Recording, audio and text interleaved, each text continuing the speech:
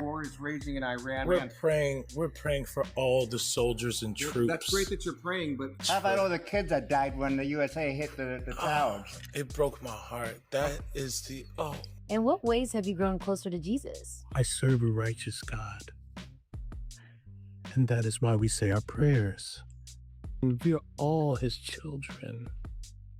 There's a growing tension right now around a certain group of conservative Christian women who present themselves as morally above everyone else, acting like they've got everything figured out while benefiting from progress they didn't build themselves. The criticism hitting them is intense because their public image is starting to crack, especially around a figure like Erika Kirk, who many once saw as untouchable, but is now being questioned heavily. What really pushed things into the spotlight was a viral comedic moment from Druski. And this wasn't just some random joke, it hit deeper than that. It felt like a cultural moment, something that exposed behavior people have been noticing for a long time, but didn't always say out loud. Instead of just entertainment, it came off like a reflection of a bigger issue that's been building under the surface. There's a clear argument being made that parts of the right have developed a strong personality-driven culture, where certain figures are elevated to almost untouchable status. And when those figures get challenged, the reaction is emotional, intense, and sometimes overwhelming. The criticism centers on the idea that some people feel targeted or victimized, and that mindset shapes how they respond to any kind of pushback. The discussion also touches on how religion is presented online, especially through curated social media identities that highlight faith as a central brand. Critics are calling out what they see as performative behavior, where outward appearances don't always match private actions. That contrast is what Druski's skit seemed to highlight. When I say children, I mean like the Holy Blessed Trinity, which is why I hold the Bible.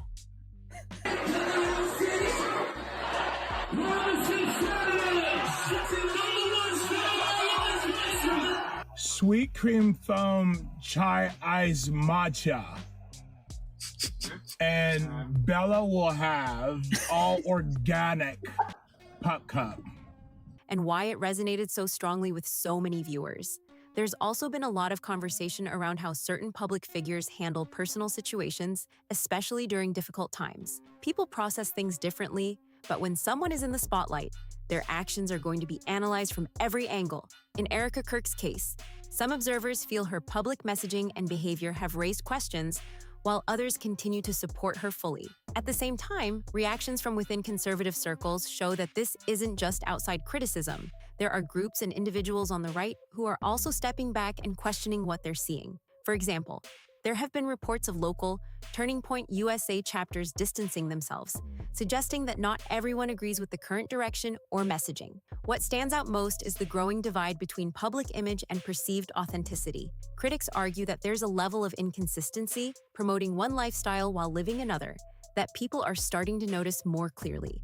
That gap is what's driving a lot of the backlash right now. And what makes this moment even more interesting is how figures like Druski are expanding the conversation beyond just one person. Instead of focusing only on Erika Kirk, the discussion is shifting toward broader patterns and behaviors within certain communities. That's where things get more complex, because it's no longer about one individual. It's about what she represents to others. Some people who were once part of these circles are now speaking openly about their experiences, describing environments where appearances mattered more than genuine beliefs. That perspective adds another layer to the conversation. Yes, everything organic.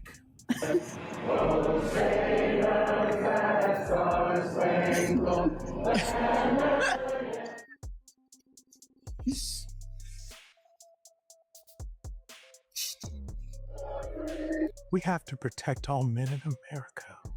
Making it less about politics alone and more about culture and identity. And now with more voices getting involved, including figures like Candace Owens, the situation is continuing to evolve, with different sides offering completely different interpretations of what's really going on. There's a moment happening right now where even people inside the same space are starting to call each other out, and that's when you know things are shifting fast. You've got figures who've built their identity around strong Christian branding, suddenly pointing fingers at others for doing the same thing, and that contradiction is getting harder to ignore. When someone starts labeling others as part of a grift while being accused of similar behavior themselves, it creates a visible crack that people can't stop talking about. That's why the reaction to that clip wasn't just about humor. It felt like something bigger breaking open. The tone, the laughter, the way it was received, it all signaled that a line had been crossed and not everyone is on the same page anymore. What used to feel unified now looks divided, and that kind of split always brings attention. There's also a wider criticism about how certain organizations operate, especially when it comes to influencing younger audiences. Colleges are meant to be spaces where people explore ideas, question things, and develop their own perspectives. So when political messaging enters that environment in a strong, one-sided way, it naturally sparks pushback from those who see it as limiting rather than expanding thought. At the center of this is the idea of influence, who people look up to, and what kind of behavior gets promoted as something to admire. Especially all white men in America. Those are the boys that we care about in this country. America is built on their backs. Yes. Because they are the ones who mattered most. Some critics argue that certain public figures have been elevated despite making controversial or divisive statements in the past. And when that happens, it raises questions about what values are actually being encouraged behind the scenes. There's also frustration around how quickly outrage appears, depending on who's speaking. When a comedian steps in and reflects behavior back through parody, suddenly it becomes a problem for some people. But others are pointing out that strong language and sharp criticism have been part of political spaces for a long time, especially online. That contrast is what's making the reaction feel uneven. The conversation then shifts into something deeper: how culture itself is shaped through media. Over time, entire ecosystems have been built online, pushing certain narratives, ideas, and personalities into the spotlight. That influence doesn't just stay online, it spreads into real life, shaping how people think, vote, and raise their families. And that's where the discussion becomes more personal for some. There are people who've been part of these communities before who now look back and describe a disconnect between what was said publicly and what was practiced privately. That perspective adds weight because it's coming from lived experience, not just outside observation. At the same time, reactions from well-known figures show just how sensitive this moment is. Some responses have been strong, calling the situation unacceptable, while others see it as simply part of open dialogue and expression. That divide shows there's no single narrative controlling the conversation anymore. Meanwhile, the numbers speak for themselves. The clip didn't just gain attention, it exploded, reaching massive view counts in less than a day. That kind of reach shows how much interest there is in this topic. And that is why comedians have picked it up. Comedians like Tim Dillon, comedians like Joe Rogan, and like Druski, who has dropped an absolute viral video kind of mocking more broadly conservative women. And sort of, look, I kind of picked up on it this year too, so I'm gonna back them up here. But this sort of Christian grift, but it doesn't really feel like Christianity that we're looking at. Anyway, and how quickly content can shape cultural conversations today. What stands out most is how humor is being used as a tool to challenge behavior. Instead of direct confrontation, parody is exposing patterns in a way that's hard to ignore. And for many watching, that reflection feels more powerful than any direct argument could be. Now, the bigger question is where this goes next. Because once these kinds of conversations hit this level, they don't just disappear. They evolve, pull in more voices, and keep pushing the discussion into new territory. There's this growing attitude where some people act like the entire world should adjust to their feelings, their views, their comfort, and anything outside of that gets rejected instantly. That's why the timing of this whole situation stands out so much. You've got major voices saying comedy is back, and then right after that, Druski drops something. That doesn't just entertain, it actually challenges people. It hits in a way that forces reflection, and that's why it's getting so much attention. What makes it powerful isn't just that it's funny, it's that it exposes behavior people have been talking about quietly for years. For some, especially those who've lived in certain environments, none of this feels new at all. They're saying this is exactly what they've seen up close. Strong public messaging, but a completely different tone behind the scenes. That contrast is what's now being pushed into the spotlight. Erika Kirk is being placed right at the center of this conversation, with critics arguing that she represents something much bigger than just one individual. Supporters still stand behind her. Disenfranchise you because you're a young man especially a young white male man. Don't ever let anyone talk down to you. We need strong men out there. But others are questioning the messaging, the tone, and the influence that comes with such a large platform. And when those questions start spreading, they don't stay contained. They grow fast, one of the most. Serious points being raised is about how certain narratives shape real-world experiences. There's concern that some messaging may overlook or downplay the very real challenges different communities face daily. That's where emotions rise, because for many people, this isn't abstract. It's personal, it's lived, and it matters deeply. At the same time, critics are pointing to how these ideas filter down to younger audiences. They're asking what kind of influence is being passed along, especially when it comes to online culture. Who are people following? What messages are being normalized? These questions are becoming harder to ignore as more attention is placed on how digital spaces shape identity and behavior. There's also a broader conversation about mixed signals. What's being said publicly versus what's being encouraged indirectly. Some believe there's a gap between the values being promoted and the outcomes being seen, especially in certain online communities. That disconnect is what fuels a lot of the current frustration. And once again, comedy is playing a major role here. Instead of direct arguments, satire is stepping in and holding up a reflection. That's what makes it so effective. People see it, recognize it, and react to it instantly. The massive view counts show just how many people are paying attention and engaging with the message. There's also a growing belief among critics that these moments could lead to long-term changes. When enough people start questioning influence, leadership, and messaging, it can shift how organizations and public figures are perceived over time. Whether that actually happens remains to be seen, but the conversation is clearly gaining momentum. Another key point being raised is about double standards. Some are pointing out that certain statements are accepted when coming from one side, but criticized when repeated or highlighted by others. That inconsistency is exactly why people say reflection is necessary.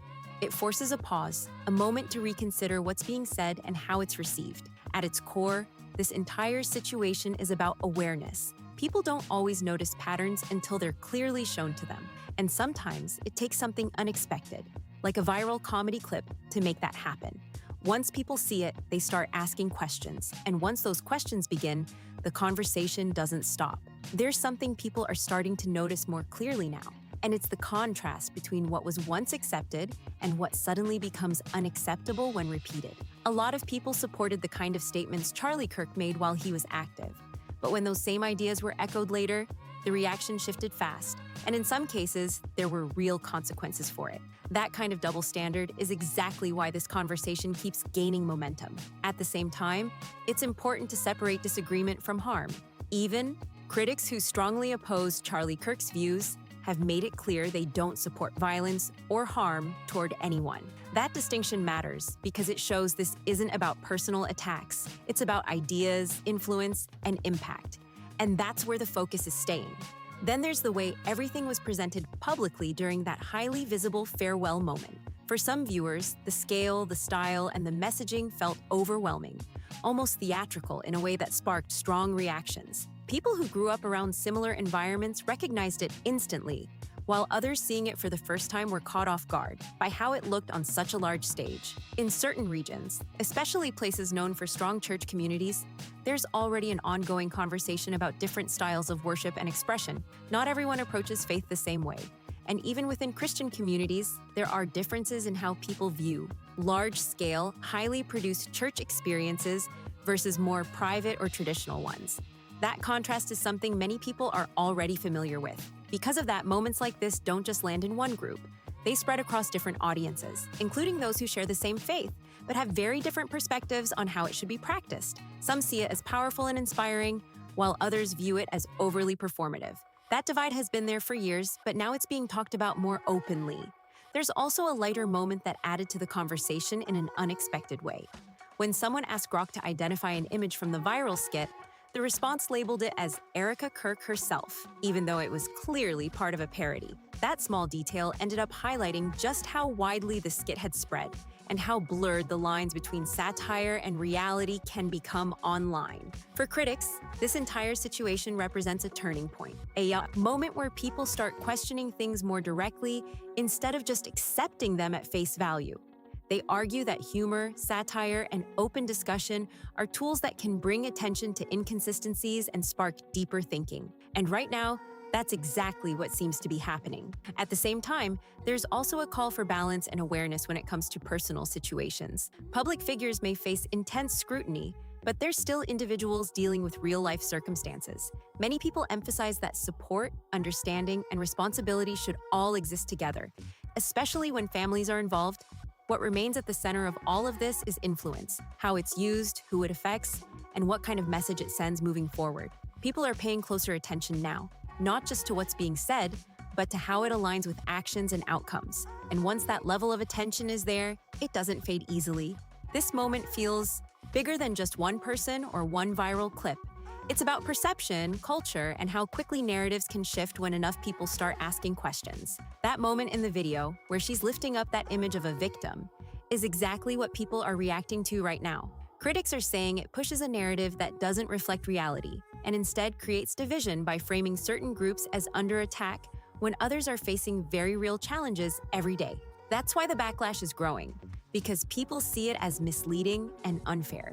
When it comes to figures like Charlie Kirk and Erika Kirk, the criticism isn't holding back. But it's important to keep the focus on ideas and influence, not personal attacks. Many argue that the messaging tied to their platform has been deeply polarizing, and that's what's being challenged right now. This isn't about individuals alone.